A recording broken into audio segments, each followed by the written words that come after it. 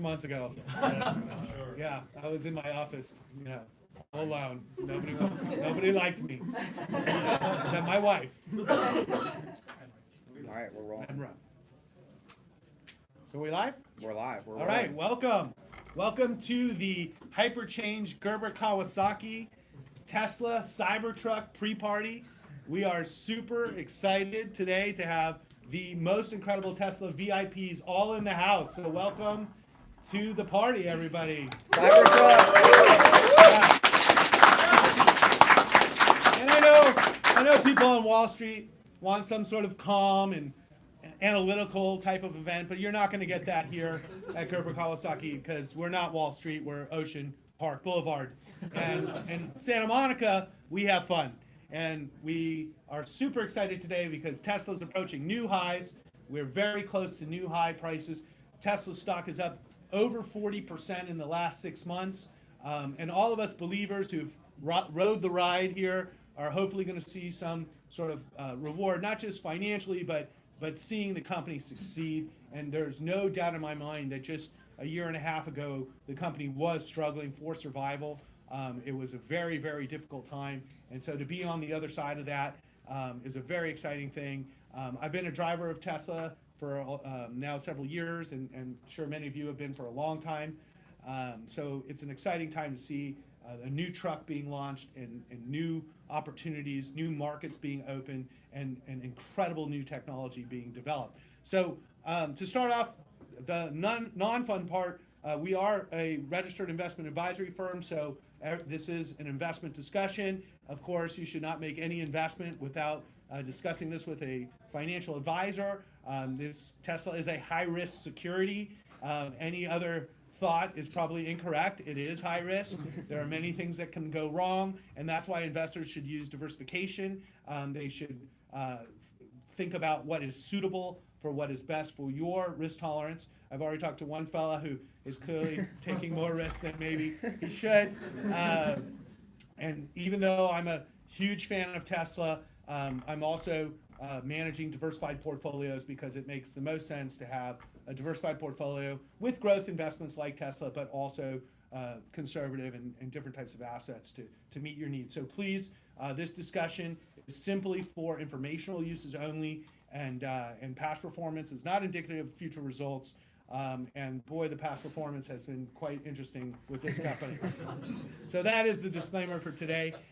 So hopefully you'll learn. I want to get started by introducing Galileo Russell, the founder of Hyperchange TV, the only other person besides me who were the first people in the full self-driving Tesla. We have experienced it. And thanks to Gali grabbing me from the audience and saying, "You're number one. Yeah. Why aren't you getting in the car?" I was like, "Oh, I didn't realize." Everyone's waiting for you. I know. And I was like, "Oh, let's go." And really, he just wanted to get in. Yeah. But Gali has done an enormous service for me and for Tesla and Tesla investors. He is one. I don't believe age defines people's ability or experience or intelligence. And Gali, as a young fella, knows so much about this company, has worked so hard to have an edge, to put out great content on a consistent basis. He saves me a lot of time, actually, to be honest, because I don't have to do the duplicate research. Actually, many of you save me a lot of time because you do great work and you put that work out and I read it and I use it, and I don't have to use my resources to figure out the same thing, maybe not as good. So Gali is a great source for investors. Hyperchange is a wonderful resource. I recommend you subscribe. So, Gali, why don't you tell us a little about yourself? Yeah, thank you. Awesome intro. So, I started Hyperchange 2 years ago, just really interested in investing. Sort of this lens that, like, the bigger the problem, the opportunity. The bigger the problem, the bigger the opportunity. Like, we're fighting this climate crisis. We need to shift off fossil fuels.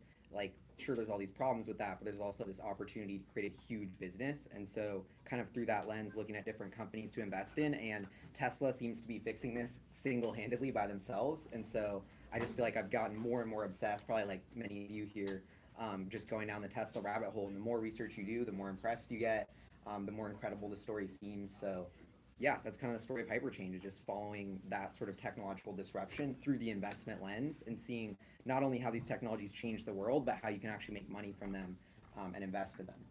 Great, thanks. My background, I have been a technology investor since I was a kid. I was actually a guitar player, I'm a musician growing up, and I realized at a young age that investing was a way I could make money and not have to work a real job. And so I was pretty fascinated with the stock market as a kid, and especially technology, entertainment, communications, things that I was most close to growing up here in Southern California. I started working in the industry in 1994, and fortunately, I left Atlantic Records. That was one of my first jobs because I just felt that technology was going to change the music industry, and these people had no idea. So I started working at a company called Sun America, and I started making technology investments at the absolute best time in possibly history in 1994, 95, and got to ride the first wave up as a young fella, and it was wonderful until it ended. So then the next 10 years were the most difficult 10 years in the stock market's history, boom and bust. And after the financial crisis, we started Gerber Kawasaki because there were a couple things we wanted to solve. One, we wanted to be an independent firm and not have any conflicts of interest. Two, we thought all the brands that people trusted had let us down. We realized that Wall Street, as well as many of the people that we even did business with, were so only concerned about making money, even at the fault of destroying the U.S. economy and potentially bankrupting our entire nation. So we decided there was a time to start a new brand and to create a firm that worked with all kinds of people. And how can we leverage technology so that we don't just service the ultra rich? And so our goal at our firm is democratizing financial advice. No matter what your background is, no matter how much money you have, we have a program, we have an advisor that will work with you and develop a financial plan. So that was our goal. And then how do we get out to as many people as possible by leveraging social media, technology, traditional media, and getting out there, sending our message to people that no matter who you are, you can actually get some great advice. And so that's why we started Gerber Kawasaki. We've grown like crazy. When we started 10 years ago, we had about 30 to 40 million in assets. It was mostly mine that I was managing. And we're about to cross $1 billion in assets, hopefully this week if the market goes up tomorrow. Yeah. And we're super excited about that. We serve thousands of clients throughout the country and growing very rapidly now. It's quite exhausting. But it's super exciting because we're giving clients an opportunity to take advantage of growth in companies like Tesla, in industries that are growing in technology, AI, video games. We did a big thing on video games this week that was super successful, incredibly interesting. But there's so much opportunity across the world globally, and we want people to be able to take advantage of it because that's the way you deal with wealth inequality is by getting some that's yours, and that's by being an investor. So that's Gerber Kawasaki. So let's get into Tesla. Cybertruck. Let's talk about trucks.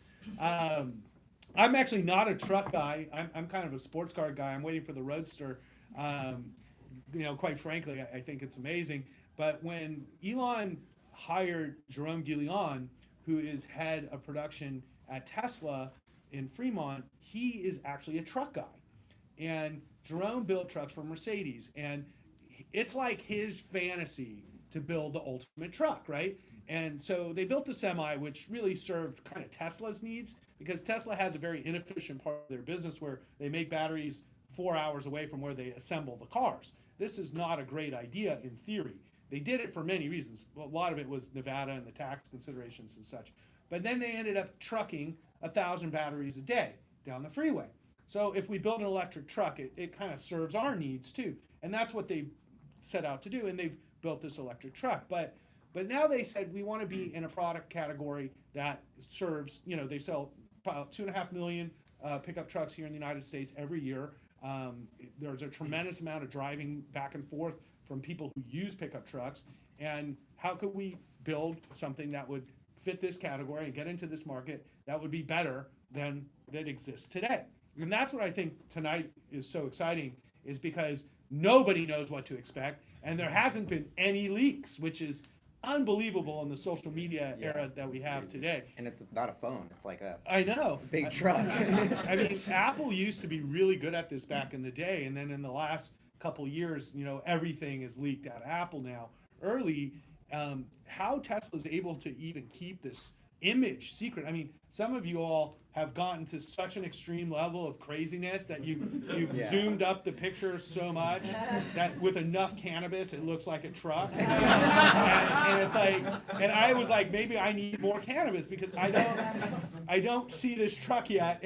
But some of you have convinced me that you found the truck, but what it looks like, what are its specifications, what are its price, we have no idea. So what are your thoughts on this? Yeah, I think it matters from two lenses. The first one is a brand, and the second is the technology, because it really showcases how Tesla's ahead in both. First, like the way they launch this product is totally different than any car company would launch a product, although Ford and all these other companies are copying them. I don't even like comparing them to car companies. It's like, I don't think he wakes up and compares himself to that at all. I think he's thinking about like Steve Jobs and tech companies. Totally. Yeah. I just think it's interesting how they copy him. But it's changing the paradigm of car companies spend hundreds of millions, billions on advertising for their cars instead of making their tech better. Tesla spends $0, yet the marketing value from this event, we're doing this, every tech blog's going to write about it. Their only expense is paying for the bar and security at their own studio. They don't even rent a space. I mean, it's like unprecedented kind of grassroots movement and community, and I think the Cybertruck is kind of showing that. Like there's probably, I saw this tweet that was like, how many people would put an order for the Cybertruck without even seeing it? Probably like 10, 20, 30, 50,000 people. That's unheard of. And so I just think from a brand perspective, that shows you the power of what Tesla's doing. The second is the technology. No other company is going to be able to put out an electric truck that can perform better than an F-150 or all these other, internal combustion engines. You really have to put the performance specs at the front. And so I think that's what Tesla's about to show, whether this is the 2170 cells, their current battery tech, or something new, the Plaid, whatever. I think it's going to showcase that Tesla's technology they're the only EV company that could put out a truck that would beat the internal combustion engine. Yeah, well, I think we'll see the headlines tomorrow will be something like, do people even like the design of this weird truck? Yeah. It's like, we all sit in this Ford F-150 paradigm, and Elon doesn't work within that paradigm. So what we're going to see tonight is not going to be what you expect. And, I'm sure the media will be lost by this and be like, oh, who's going to buy this weird Cybertruck, But actually, that's what really will get people wanting to buy it, because it won't look like every other truck. And boy, you're cruising around in this thing, and people will be like, wow, what is that? Yeah. But in the end, my business partner is the resident Tesla bear here in the firm. We don't have, how would I say, I don't really have any, I haven't hired enough yes people at my company. I have one, and he's sick today. And the other 29 go out of their way to make, their points made, which is why we're a successful firm. And, his point is, can you get, typically a man who drives a pickup truck, who's used to his F-150 or Silverado, to buy a Tesla truck? What will get them to do that? And I said, the most important thing is performance. What does the truck do utility-wise? Because if it's that much better. So I went and I talked to a bunch of guys who drive pickup trucks, construction guys down my street, because on my street, there's a million pickup trucks because there's a million construction sites. It sucks, actually. Unbelievable. But I went around and they thought I was weird. But I was like, let's talk about your truck. Well, people want to talk about their truck, so that was easy. And I said, well, would you buy an electric truck? And they were sort of like, well, why not? There wasn't any pushback per se of that. But the first thing they said was, it has to be able to do all the things that I currently use my truck to do. I said, well, what happens if it does all that and better? What happens if you could plug all your tools directly into your truck? You didn't need a generator anymore for energy. What happens if this truck hauled twice as much as what a normal truck can haul? What happens if this truck was faster? What happens to the fact that you're driving, 100 miles a day to get to the job site and back? You didn't have to pay for gas. Or when you're driving home and you're tired at the end of a long day of doing construction, because boy, that is a much tougher job than mine. Put it on autopilot and just kick back and listen to music as it cruises you home. What happens if it did that? And their eyes lit up like, you're kidding, And these are the types of expectations I've set for Tesla tonight, is if they're really going to win with trucks. Now, remember, they're not launching this truck next year. It's going to be 2 years. So exactly what Gally's saying, what is the cell technology going to be in 2 years? How powerful are these engines and motors going to be in 2 years? And those are the specs that Elon's going to be talking about tonight, not what they currently can do. And that's why I think tonight is going to be so interesting. And that's why so many of the critics will jump on it immediately tomorrow morning and say, this is another Elon fantasy. He will never accomplish this. He will never do that. That is the headline tomorrow. I'm telling you. And you know, I will do my best to tell the story, and we all will too. The real people who really see this truck and really believe in what's happened. But Elon has come through with everything that he has promised. Maybe not on time,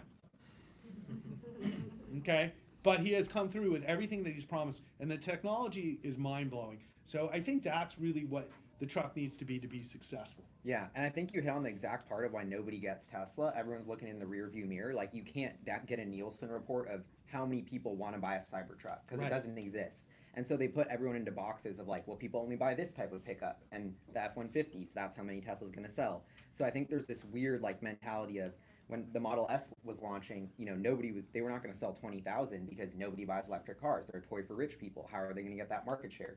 Nobody's ever bought this many electric cars. So I think there's this kind of backwards thinking approach of looking in the rearview mirror of why people don't get the huge potential for this truck. And what Elon said is like, we love this product, you know, and I think that's the kind of passion that doesn't exist in any car company. No like owner, operator, founder is running any car company in the world right now. And that's a huge edge. Like, you really have a product guy.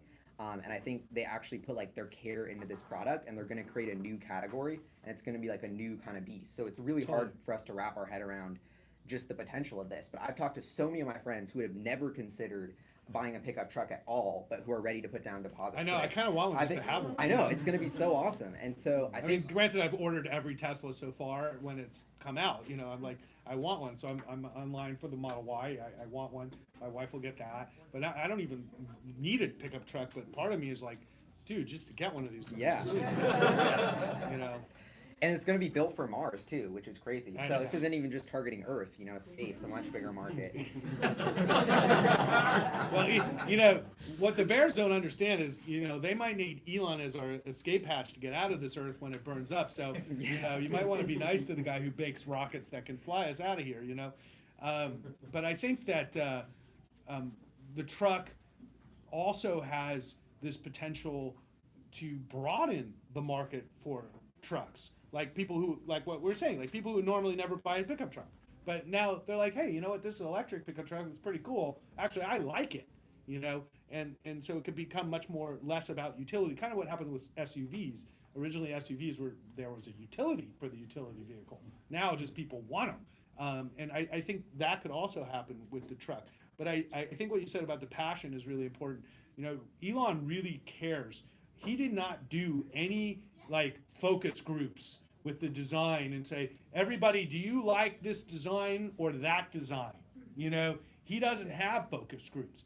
I don't think he, you know, sat around with a whole committee deciding all these things. I think he said, I want the truck to look like this. This would be super cool. And probably everybody said, you're crazy, that can't be done.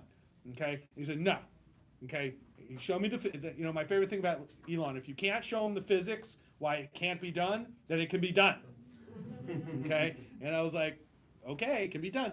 And so his teams of people are tasked with enormously difficult challenges. This is one of the things that really bothers me when they say, so-and-so left Tesla. You know, another executive left Tesla. And I was like, when I went to Tesla and had lunch, I was able to eat lunch with the work area people. And like Martin was super apologetic about the lunch facility because it's not that nice. And I was like so happy because I have the sort of Warren Buffett mentality. Like when I go to Bloomberg, they're like giving me snacks and they have the coolest snack bar I've ever seen, you know. Little water bottles, like, I mean, you know, every makeup. snack, you could make a sandwich, you could have every candy bar. You know, you go to these companies here in LA or Silicon Valley where they raise a bunch of money, like, you know, like the WeWork story, they raise a bunch of money, they build the most incredible offices, and you know, Snapchat has a whole restaurant that they took over just for their employees. They've never made $1, you know. When you go to Tesla, they're working. They're cutting costs. It is not a glamorous place to work. It's a place where you work when you want to make a difference. You want to be with the best engineers, be working on the hardest, most incredible projects, and there's going to be turnover because you can go to Apple, and you know I make this joke. They literally have like elfin men walking around giving you, drinks and rubbing your feet, and the snack bar is gold plated, and they work in a spaceship now, and what happens is productivity goes straight down the minute it gets so comfortable. And so Tesla is a place where people go to work who want to make a difference. And if you meet employees who work at Tesla, you will find some of the most passionate employees. I walked out of that factory. I don't think I've been more motivated to come back to work and be successful than being around, not Elon, but his employees. And that's one of the most impressive things, I think, also, is what we'll see tonight is something that's built with passion and love and a tremendous amount of effort and groupthink of the smartest people and engineers in the valley, I think. Yeah, definitely. I'm curious. Should we open up for questions? Yeah, or sure. Let's do you have do it. any more? I'm curious if you guys have anyone has any comments or ideas. I've talked to JB a few times. Sorry, I'm Sam, Tesla MS60. I talked to JB a few times about vehicle to grid, and this seems to be with 240 volt out. This cracks that net, which will be able to go to a power wall, and then if you run out of sun for a week, you can go to a supercharger, charge up, and then bring back that 150 kW or whatever that ultimate is. What do you guys think about that business? Yeah, I mean the pickup truck is going to have I don't know if the audio picks up the question, but it was about the vehicle to grid charging.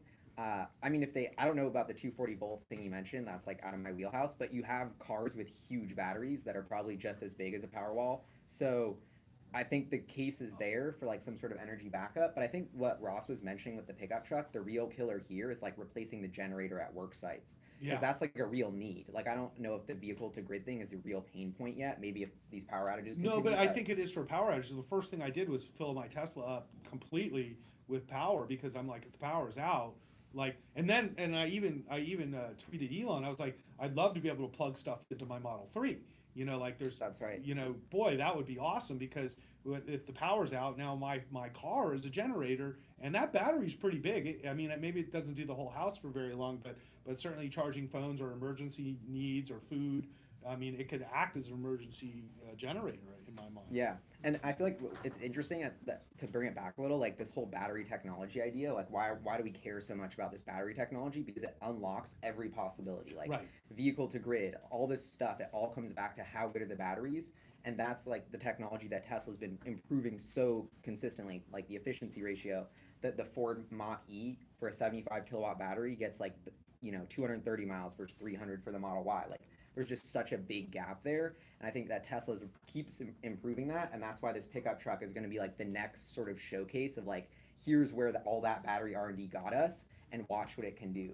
Yeah, and I think this was the area that most people who talk about the competitors to Tesla, they don't understand battery technology. So I'm not an expert in battery technology.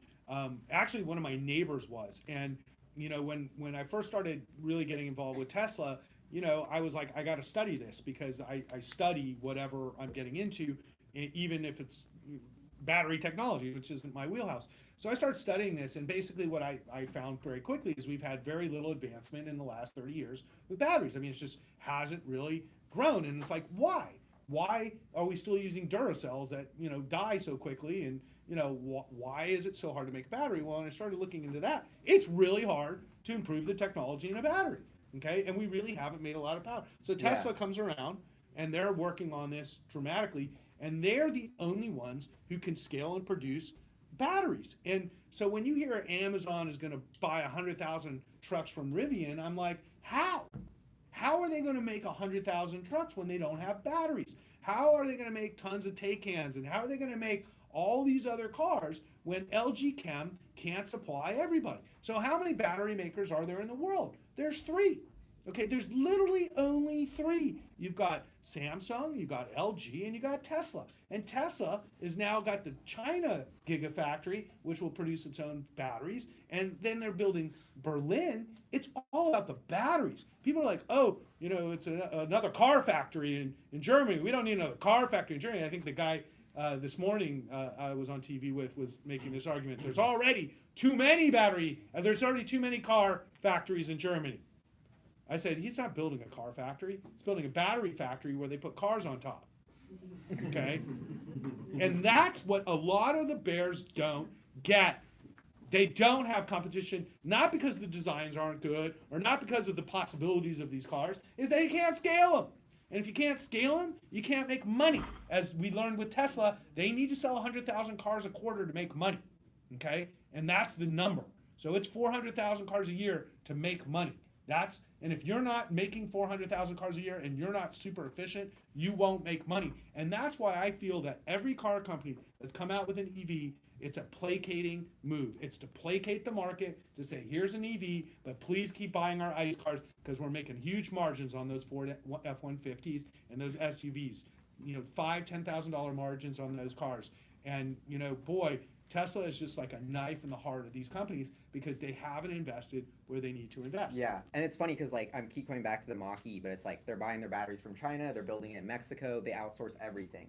Like when you think about Tesla, Elon's an engineer. Like this is an R&D powerhouse, and I think I've been doing so much research into the battery people, like Good Enough, Don, Shirley Bang, all these people they work with, and then I'm realizing like, are these the real geniuses driving it, or is it as much Tesla is really the R&D powerhouse? Like I think Tesla, when you think about who's advancing battery technology the most, they're like this, like literally bringing these breakthrough scientific discoveries into commercialization, and that is such a different process than every other car company who's outsourcing it. There's all these third parties in between. They're not designing and I it think for you what have they quality need. issues, So, like when you're outsourcing this part and then having another person in another country build this part and then you put it all together, where Tesla's built like a closed system, so Yeah. they're controlling every part of that equation. Yep. And a lot of people criticized the cash flow burn when they were doing this because it took an enormous investment. And a lot of analysts aren't really good with understanding the concept of investing. Okay, they're very good at analyzing cash flow negative. yeah, Okay, they live in Excel and it's world. fine if you're Netflix. It's fine if you're making crappy shows. But if God forbid you're making the most advanced battery factory in the world, this is a bad thing to the analysts. And the capex it takes to build a factory in Fremont, the worst place you could ever build a factory. And that was sort of the discussion about Tesla China. People have no idea how profitable Tesla China is going to be. The Chinese are so efficient. It's incredible the speed they built this factory. The skill, China used to be sort of like, oh, we only build, like we make clothes or we make toys. But China's high-tech business in the last decade has become leaders in the world. And so you've got some of the greatest talent now in China who wants to work for Tesla. Am I not right? Yeah, that's right. And so like they're saying, I want to work at Tesla because this is where stuff's happening. And the Chinese people love Tesla. And I saw that first Tesla you posted, that's Vincent over here, with how Tesla was spelled out in Chinese. And I was like, this is genius that they're not running Teslas with the American Tesla on the back, because Chinese have a lot of pride. And they are taking a lot of pride in this car because they're making this car at home. It's not an import. And boy, this market is huge in China. It's like you can't even calculate the potential, and that this is going to be hugely efficient. They have all of what they've learned built into this factory, and then you've got enormous margins. Enormous margins. Why? The cost of labor. The cost of labor in Fremont is out of control. I mean, boy, the workplace issues you have to deal with in California is unheard of in the world, okay? And now you go to China, okay? They don't have those problems. Labor law problems, all this kind of stuff. You work hard. That's the way it is. And so I expect that this will be the most profitable, lucrative thing that Tesla has ever done, is building this gigafactory in China. Because Berlin won't be as good. It's going to cost twice as much money, it's going to take twice as long to build, and it's going to be twice as expensive to run than China. It just will be. It'll be very similar to what we have here in the United States. So it's really Tesla China that's going to drive profits over the next couple of years in a huge way. And it's so funny because when everyone was laughing at Tesla for the Model 3 ramp struggles and everyone's like, Wall Street's criticizing them, all those lessons learned are now being like, we're going to reap the financial benefit from those. And yeah, sure, Tesla was really crappy at building cars, but they're getting better so quickly that I think first Model 3 line, maybe a little worse than standard, but new GA4 line, like you saw the Bloomberg report, defects are going way down. They have this blueprint so ready to go. That's what they're doing in China. Like the machine that builds the machine that everyone thought was a joke, like you said, Elon comes in late and he finally has figured it out now 2 years later, and that's why China, for the first time ever, let a foreign auto company come in and build a wholly owned factory. That's unprecedented, like geopolitical change in the industry. Yeah. And we're sitting here in America thinking like we're so great. China's a way bigger country. They're selling way more cars, and they could have picked any company in the world to bring their battery technology over, and they picked Tesla. I think that's a really interesting that just can't be Well, overlooked. Elon's played the trade war perfectly. China is using Tesla as an example of what can be done with an American company, and I think Elon positioning himself with the Chinese government in the way he has, and China does own 5% of Tesla through Tencent, and by putting the factory there, by embracing China as a market, and then China embracing Tesla and saying, hey, look, we're going to let a wholly owned factory. This is the only one we've ever done, and let's see what can be done here.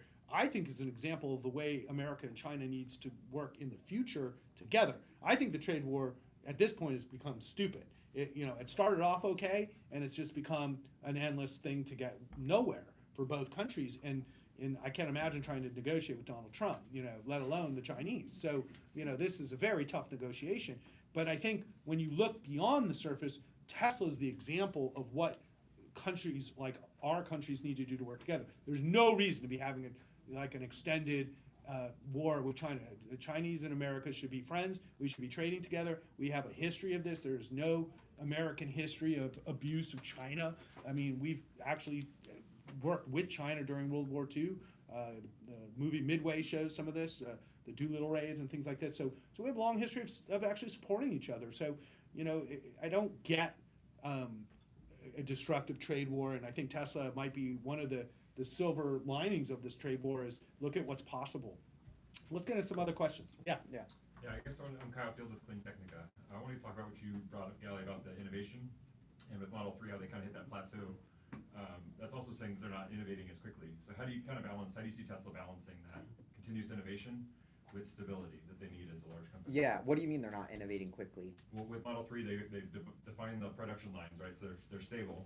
Yep. They need to continue improving, and so it's going to continue to change. Yep. And so how do you see them balancing that continuous improvement with stability that they need as a large company? I think it's this illusion of stability just means like the cash flow and margins are where Wall Street wants them to be, but Tesla's constantly improving. Like when I was at the Gigafactory, they have these like bandoliers of batteries. So Tesla's like 4,000 batteries in a row. And they had this guy's like kind of squeezing them together with the cloth, and then they squeeze all these batteries together, and then these are the first 2 production lines. And then Martin's like, all right, let's walk over here and look at this machine from Groman that we bought, this German engineering company, and Jerome was at the factory for 6 months trying to figure out how we scaled this so we could build packs for Model 3, and it's the robot doing it. And so you literally see this, and that's only on one of the lines, so they're going to switch that to the next line, and this is kind of what Wall Street, David Einhorn's talking about, one-time margin improvements. This is the constant improvement process that is leading for the core margins of the company to improve. The ASP in the Model 3 has gone way down in the past year, but margins have stabilized because of that improvement.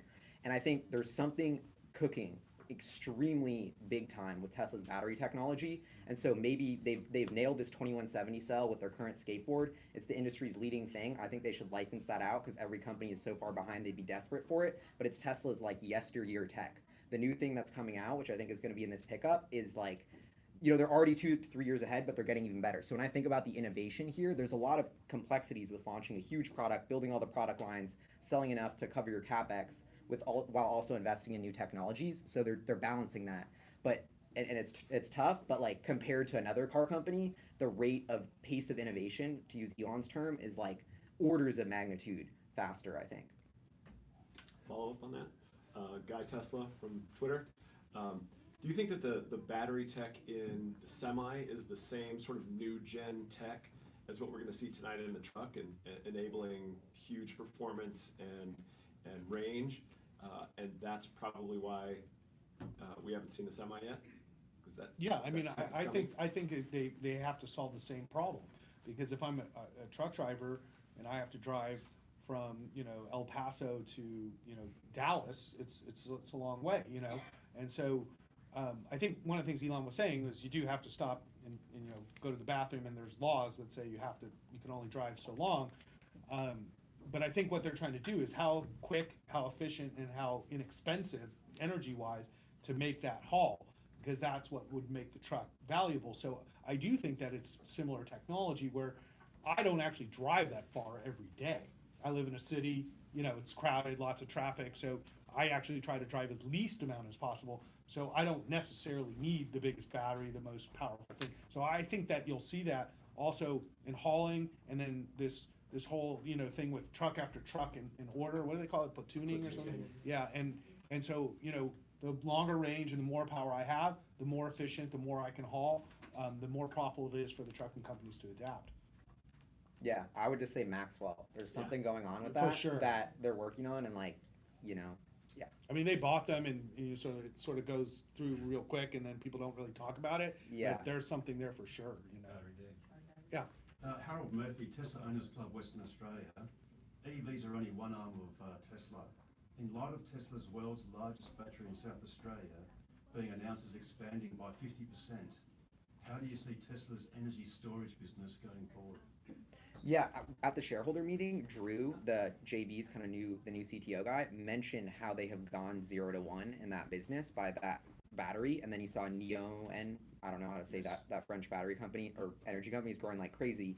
They're partnering with Tesla, they're expanding. That company itself is like 2 billion, they're growing like crazy, they're super profitable. They have a 900 megawatt hours required for energy storage for their next project in Australia. That's like a several $100 million battery. So the point is, this Australia use case of getting these really dirty peaker plants off the grid is just scratching the surface. Like this battery technology we're talking about, it gets cheaper, you disrupt more and more and more. Right. So this is another layer that we're seeing of the battery technology disrupt, and like this is just as big of an opportunity as cars, and it's gone 0 to 1. Like we've In had some that, ways, it's bigger. that moment. In some ways, it's bigger. Like, we spend a lot of time talking about the cars because we use them every day and we love them. But the fact of the matter is the battery business, as we said earlier, is really the core of what makes Tesla. So when you look at solar, and we're big investors now in solar, inverters, and the entire infrastructure that goes around, alternative energy and renewables. But when you look at, like, if I have solar on my roof and it's just DC and it's cloudy, then I don't have energy. But if I have a battery, it doesn't matter. And if, PG&E turns off my power, if I have a battery, it doesn't matter. And so if I have a big utility, and we're doing this now in California, and I put all these batteries in here and I'm able to store energy when things are peaking, like in summer and it's super hot, now I can turn on my extra energy or whatever. All of a sudden you get an efficiency with all these renewables that you didn't have before. And what they've found in Australia, and why they're expanding, is that the return on the investment was in a year and a half. And so if I can invest 50 million and make back that money in a year or a year and a half as a utility and have more efficiency, and then you extrapolate that out over 5 or 10 years, it's hugely profitable to put these things in. And I think it's just about, can we make enough batteries to fill the capacity? And we haven't even talked about solar yet. I mean, it's amazing. He's being sued over Solar City as being a bad deal. And, I'm like, well, at the time I wasn't thrilled with the deal because Solar City was struggling. But what Elon did immediately was shut down that whole commercial operation that wasn't well done. It just wasn't run well. And he kept the technology and he kept the ideas in the Gigafactory in Buffalo. And I think what we're going to see now with solar has huge implications because California has mandated that every new house has solar. And if you live in Northern California and you're not thinking about putting solar on your house, well, you really should, because you're not going to have power 2 to 3 months a year. Now, think about, you could buy a $3 million house in Sonoma County and not have power for 3 months a year. That's great. Or I could put a $30,000 or $40,000 roof and battery system in and not have to worry about any of it. So if I'm looking to buy a house, what are my questions going to be? And so I think the solar business of Tesla, which I don't even put in my estimates, like I don't even count it, over the next 5 years has just enormous growth potential. So when you add the 3 businesses together, the full solution, which you can see on the website very clearly, like it is the only end-to-end solution in the entire world of any company that solves the biggest issues that we all face with climate change. So, that's our premise between the investment. And so what you're bringing up is an opportunity, I think, that sees no end when you look at all the utilities across even just the United States. And I think we're hitting on something much bigger here, which is like the whole Greta Thunberg people protesting movement. Like I feel like the youth give a shit factor is up here, but nobody is paying attention to Tesla, who's actually solving all these problems. And I think that the kids are. The kids but love they Tesla. don't get like why isn't Greta Thunberg talking about Tesla? I just They don't just need get to it. give her one. Yeah, I don't know. I just think there's Oh yeah, that's right. Somebody did. but we're hitting on something bigger of like I think people are waking up to this fact, and like the people are going to realize that investing in technology is the way to solve this problem. And there's one company, like every time you buy a Tesla product, all of you who invested in Tesla products, like that's a torpedo at the fossil fuel industry of R&D. You're literally subsidizing the tech to get better. This is like how we actually fix the climate crisis, and I think people are going to start realizing that very soon, and then that'll be kind of a huge tailwind from like how do we get from these early adopters and fans to like the mainstream. So I can kind of feel like we're on the cusp of We're past the tipping point now. I think last year was the point that Tesla could have died, and we were like, there was a lot of mistakes going on at Tesla before Jerome. And they weren't took over. we weren't raising money. We were pounding the table, and now they have $5 billion in the bank. They're making cash flow. It's like this is gonna happen, whether people like it or not. It was good for Elon. Elon needs to like see death to appreciate it, I think, and I think that's part of being a space person is that like I'm actually very opposite of Elon. I don't like staring at the verge of bankruptcy, and I'm also not a billionaire, and I have noticed that most billionaires take enormous levels of personal risk that I personally am not comfortable with. I'm happy being a millionaire is fine with me, but it's like he pushed so hard for this change that he almost blew it up. But we got over this hump, and now we're at the tipping point, and I've seen this among young people, which is the best thing in the world, because it reminds me like when we got Obama to be president, where it was young people, it was normal people that finally said, we had enough of this, we want change, and that affects change, and especially with the way social media and the media work today, with a movement is in one area, it can grow so much so across the whole world, and so I think people get it all across the world. When you talk to Europeans, they absolutely get it. They just haven't seen Teslas yet. I was talking to a reporter in England, and she was in her first Tesla, and she's like, now I finally understand what we've been talking about all this time, because she interviews me about Tesla in England, and she just never was in the car, and she went in the car, and what do you think the British, it was a cab of all things too. I guess they've already turned them into cabs in England, and she goes, I got in the Tesla, and what do you think the cab driver did right when she got in? He did the fart sound, and she didn't know that was a Tesla feature, and my kids know. So, of course, the British love this stuff. So the cab driver's laughing, she's laughing, and she's like, is this a real car? Who thinks about putting Netflix in your car? You think some guy at Ford was like, hey, it'd be a great idea while people are charging, we'll put YouTube and Netflix in the car. Like, this is genius. How about video games? So the only downside to this is getting my kids out of the car. It's like, they think it's a toy, and I was like, no, we're not playing games in the car today, and it's like, no, we're not playing fart sounds right now.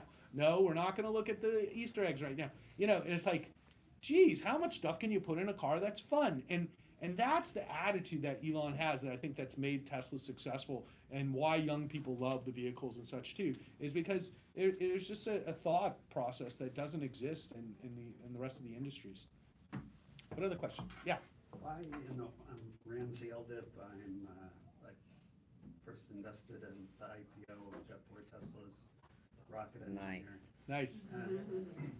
Why in the world did Ford come to Hawthorne to show off his new electric car? You guys. What do you mean? Ford came to The Hawthorne? review was Well, at the reveal. Hawthorne Airport. Yeah. Hawthorne Airport. I mean, they copied Tesla. Because it's so glamorous. Have you been to the Hawthorne Airport? It's amazing. It's actually Elon's landing strip, but That's when they had the semi. well, I think that the traditional car companies want to compete. It's not like they sit around going, let's just let Tesla kick our butt. So they work on their Mustang, which looks nothing like a Mustang. Now, in my mind, you just make a Mustang electric, you sell a ton of them. They should have done a Shelby Mustang electric. Fast, big motor, just go all in with that. People would buy that car. So, they make this Mustang Mach, basically another I-Pace. And I'm like, I get that you want to be safe. It's this whole like, I want to be safe. I want to be I don't want to hurt anything. I want to be right here in the market. But then I want to go right at Tesla. We're going to go to the Hawthorne Airport. We're going to open it up a few days. I mean, look, Apple launched Apple TV 2 weeks before Disney launches the best app ever. And, it's just this game that they're trying to play to be relevant to Tesla. But I give them credit. They're trying. And I don't want to discourage the other automakers, but they just need to go all in, and they're scared to do it. And it's going to take them really either going BK or being on the verge of it before they realize, like, we might lose money like Tesla did for a couple years, but we will survive and prosper over the next decade or two. And that's the type of investment they're scared to make, because Wall Street says if you don't, Ford makes billions of profit, but God forbid that goes down. Look at what happened to Disney. Disney's investing billions of dollars right now to change their business because cable is dead. Now, analysts lower their estimates, analysts this and that. Who cares about this year? It's about where's Disney going to be in 5 years, and they're going to be bigger than Netflix. And so it's like, companies have to have the vision. You have Bob Iger, they have to have these visions of where they want to be 5 or 10 years, and not let Wall Street throw them off on the quarter to quarter BS, because a quarter goes by in like a blink of an eye, I mean, it's like a blink of an eye. It feels like a year goes by in a blink of an eye. So if you're not planning 5 years as a business, or 10 years, you're probably not going to be that successful. And that's the problem with Ford, and GM and all these companies, is they're just trying to react, and they're just trying to play it safe, and they're not all in. And I think that's why they're at Hawthorne Airport versus just doing it at the LA Auto Show and a big thing here in downtown LA. They could have had a big party. I might have gone. I don't know.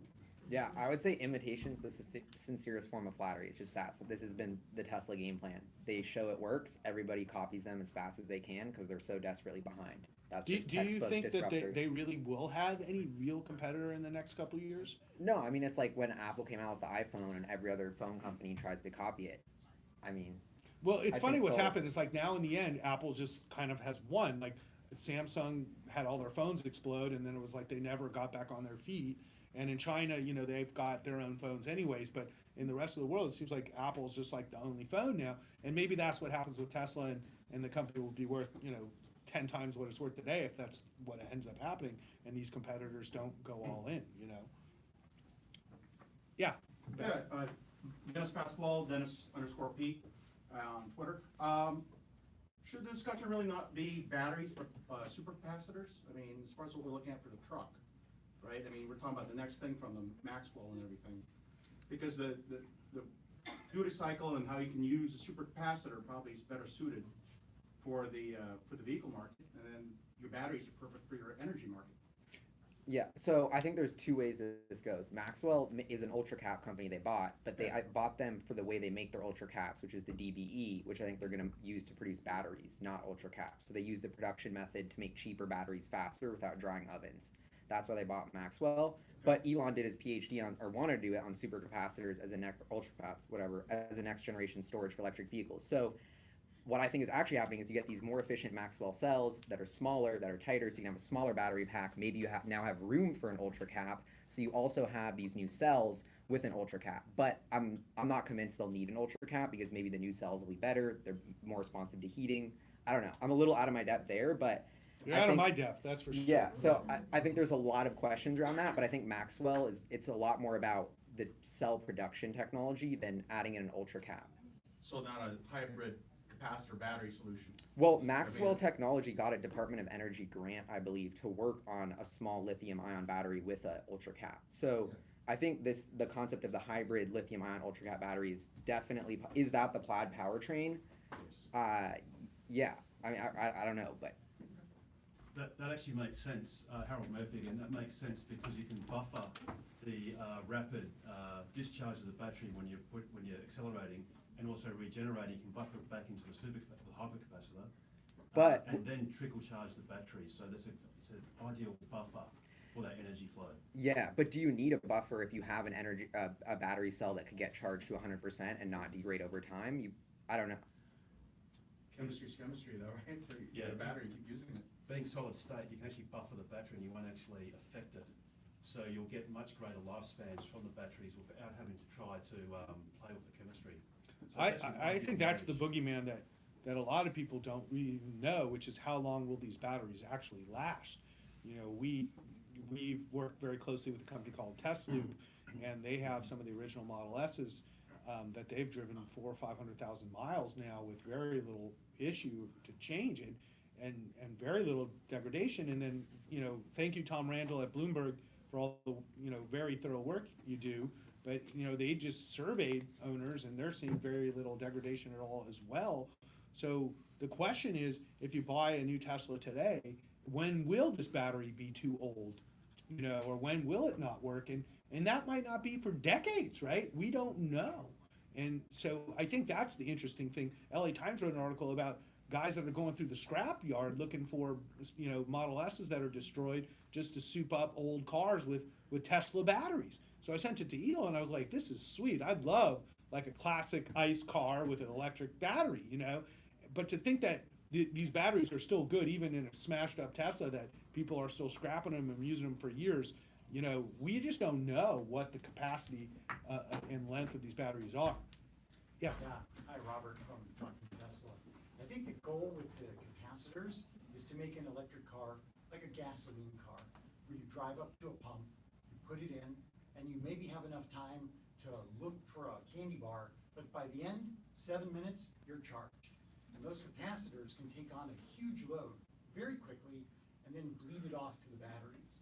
I think that's where that technology will go. If it can be achieved, I don't know. I mean, I think if they can get charging even down to 15 minutes, like that's not that long, especially if you've got, YouTube or whatever in your car. As a driver of a Tesla, you get that. But the vast majority of people that I talk to, they're not ready to make that paradigm switch. And if you want to make... But it takes time to fill up your gas tank, like you drive in, you get out, you pump, it's at least 5 to 7 minutes or longer, to go to the gas station. But I think there's a good point here. You get to the supercharger and you're at 36 kilowatts and it says it's going to take an hour and 2 Right, minutes. right, exactly. So that perception is out there and we need to get past it. And I don't think we can convince, I've tried for a long time to convince a lot of people. It's hard to do that. But one of the most enjoyable responses I had from somebody who went from ICE to Tesla was that they really enjoyed the fact that they didn't get panhandled at every gas station that they went to fill their car up at. So that's just an aside. Yeah, and Elon always said it's about a no compromises, like making an electric car that's Right. better than the internal combustion engine, which I'm like, okay, great. And in a lot of ways they've done that, but in terms of range and in terms of like battery drain and rapid charging, like we are still a little bit behind the norm for an internal combustion engine. And so that's what we're talking about here. It's all this fancy battery technology talk, but really what we're getting at is Tesla's on the cusp of totally making that switch and it not even being a question about the technology. But And we're also dealing with a behavioral change because like I don't think about my car like a regular car like I used to think about Yeah. my car, where I would drive sort of down to the bottom of my gas and then I'd be like in panic mode because I need to find a gas station and whatever. I charge at my house in a regular plug. I don't have a fast plug, and I drive, I don't know, 30 or 40 miles a day total.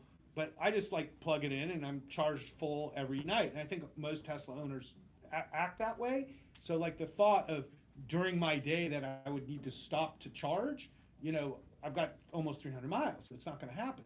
So, I think that paradigm shift is partially like you don't need gas stations anymore at all. So the superchargers, I think, are more for longer haul trips and things like that, or people who don't have charging at home.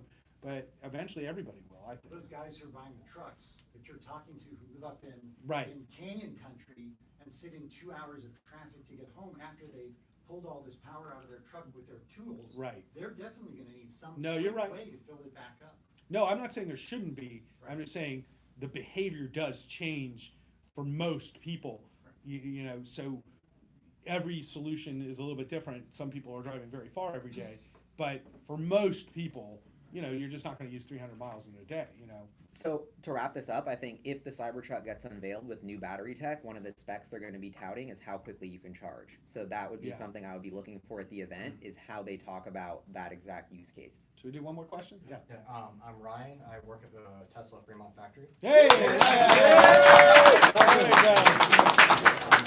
internally, we don't even, Tesla doesn't view itself as a car company. We view ourselves as an energy company. And so my question to you as an investor, how would you feel about Tesla becoming a full-scale utility, like especially with all these PG&E fires and all that, like just outright replacing PG&E with a bunch of virtual power plants, solar and megapacks? Well, I mean, I think everybody in California would vote for that tomorrow if that was possible, because there's probably no worse corporate citizen to our state than PG&E. So I think what you said is very interesting, because if you look at yourself like an energy company, which is really what you are, or an energy and transportation company, I guess you could say, this is a bigger, that's what we were kind of saying. We're talking about cars the whole time, but there's such a huge opportunity in this replacing the grid. one time we were going to invest in, this was a long time ago, in the electrical grid upgrade that needed to happen across America. This was like a decade ago. I was looking into these companies that would redo all this electrical infrastructure because it all needed to be redone. And I was like, oh, this is a cool company. Oh, but then I realized, like, nobody's going to pay for this. Like, they don't want to do this. They don't want to put all this electrical stuff underground. They just want to keep stringing up these, obviously very easily fire-starting wires everywhere. I mean, there's got to be something better than hanging wires through a forest, right? I mean, that are highly charged. So I think that's the opportunity that Tesla has that's beyond what most people are thinking about, that isn't communicated, that is so much bigger than just transportation. And when you think of it globally, I mean, the potential is unlimited. And I think that's what makes Tesla so interesting, is the potential's unlimited.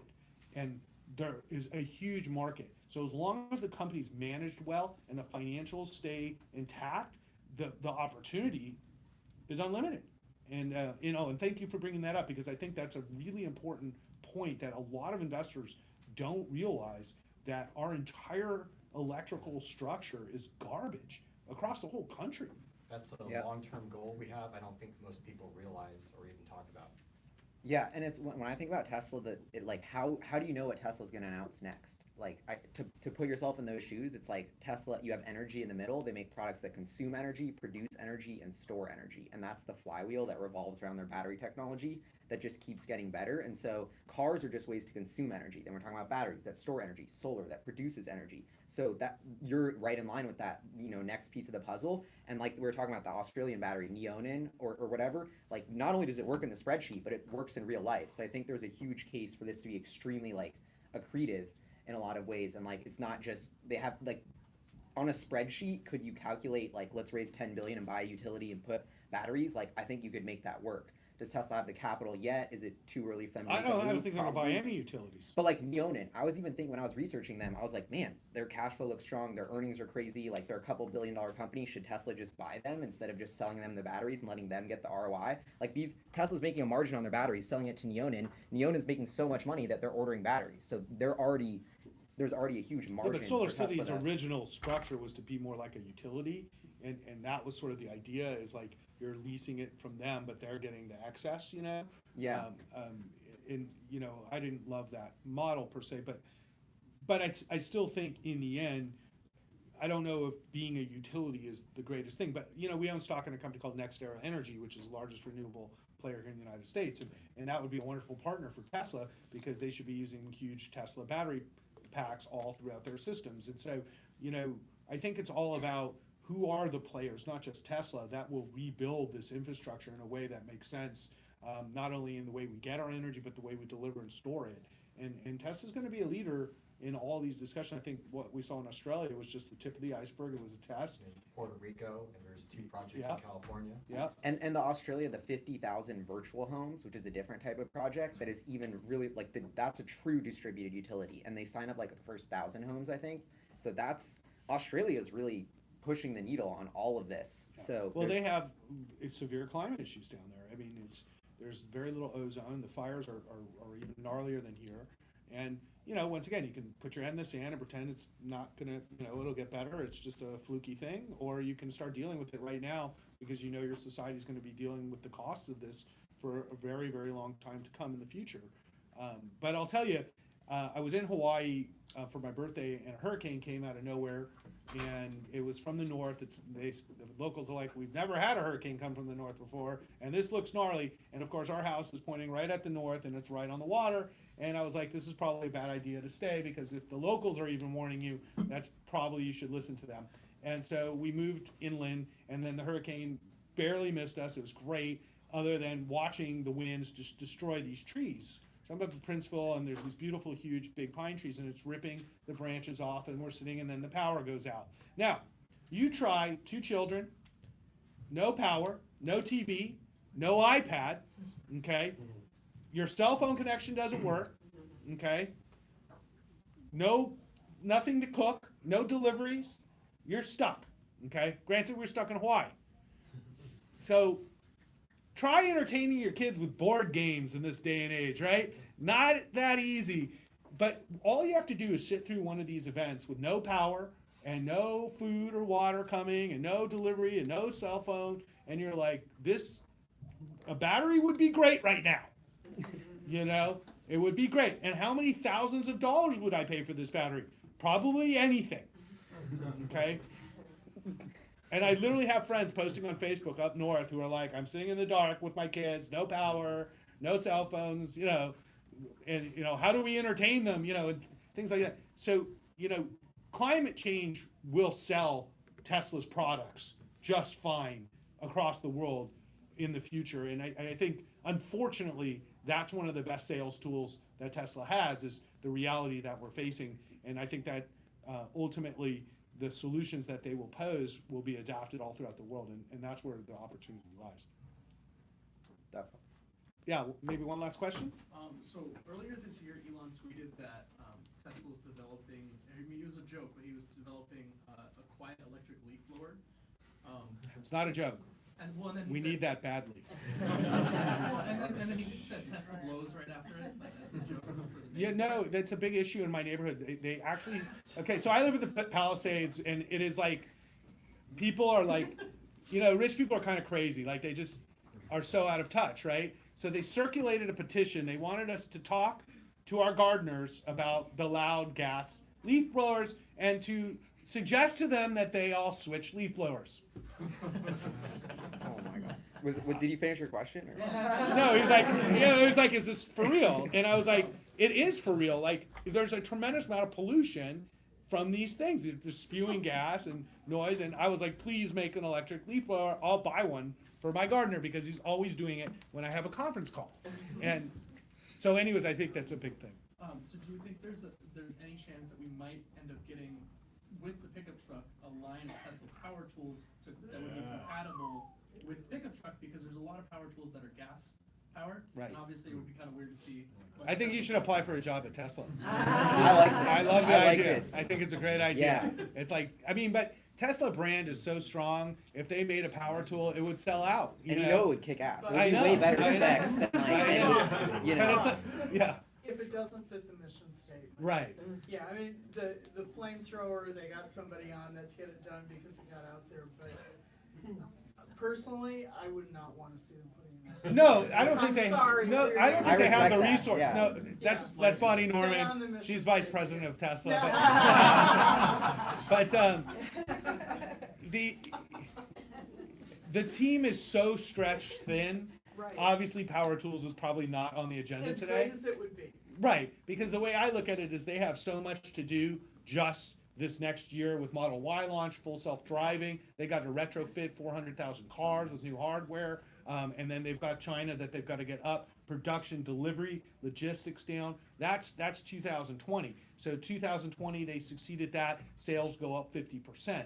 Then 2021, you've got the Semi, you got the Roadster, and you got the pickup. So I've got to find a place to build these things. Now, we haven't even discussed that. Where are they going to build these things? I've got a plant that I'm putting in Germany that's going to take 2 years. So 2021, super busy, right? 2022, now I'm cleaning up the mess from the Roadster and all this stuff, because you know there'll be a mess too. It will never be that smooth. And then, you know, that's 2022. But when you think out 5 years from now, so 2023, 2024, I mean, this company will be in its renaissance. I mean, it's just one of the most enormous opportunities that I've seen. And maybe we'll watch this in 5 years and be like, wow, those guys were really smart, or maybe they were just really dumb. But I'm betting that it'll come back that we were really smart. Because I think if they succeed in this mission statement over the next couple of years, I mean, Tesla's a 10x company. It's a $500 billion company or greater. I think if they can do it profitably, that would even be better. Anything else you want to add? I would just say the truck, as it's as much as about the truck as it is about the batteries powering the truck, and that's sort of the angle I'm thinking about this, because that's really the tech that's going to lead to all these other products, and yeah.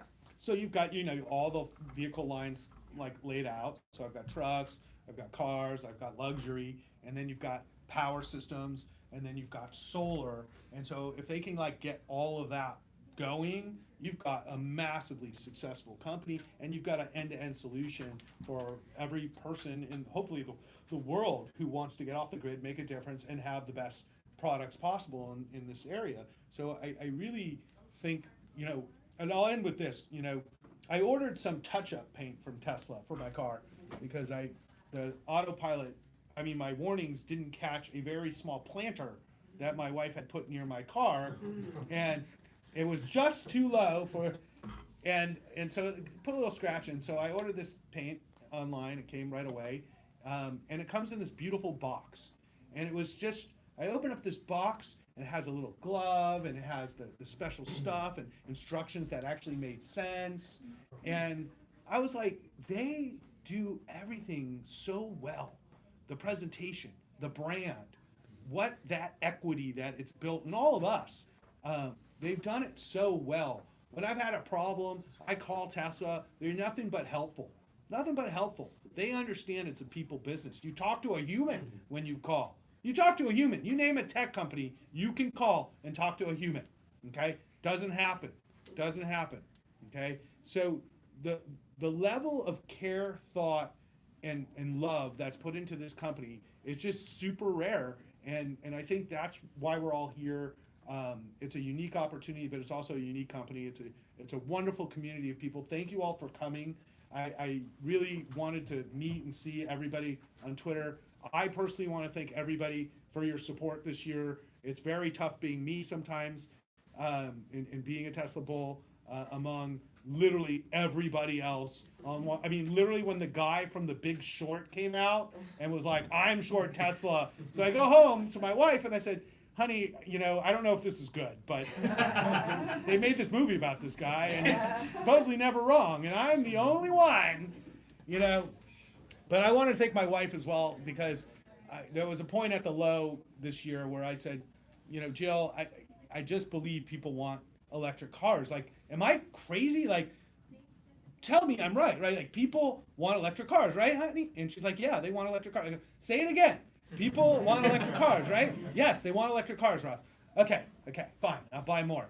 You know, and because we want to actually afford to buy a house in the Palisades. And so, so I also want to thank my staff for dealing with me and us as well on this ride.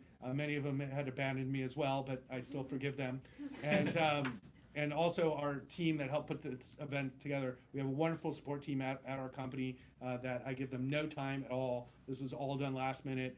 That they, you know, have to switch their plans with the 3 other shows we had today, and still do this kind of stuff. So they're awesome. And Gally, who is, you know, my hero. I love the work that you do.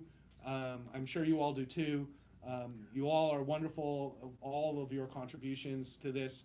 And I do think that it takes this kind of thing to change the world, and we are changing the world for the better. So that makes me really happy and gives me some purpose in life other than managing money, which is nice, but you know, trying to make a difference is what life is really about. I don't know if you want to say anything. So thank you, Gali. Yeah, thank you, Ross, and thank you to everyone coming. And I think there's not many things that people get excited about that are like good for the future, that build community in the world right now. And so, yeah, I'm getting a little choked up. Yeah. Thank you, everyone. All right, let's have some fun. All right, that's it. And we thank you, Ross, for leading the band. Oh, thanks. Oh, this is great. Should I wait till Tesla 420? Damn, we're still live. Peace out, guys. Thanks for tuning in.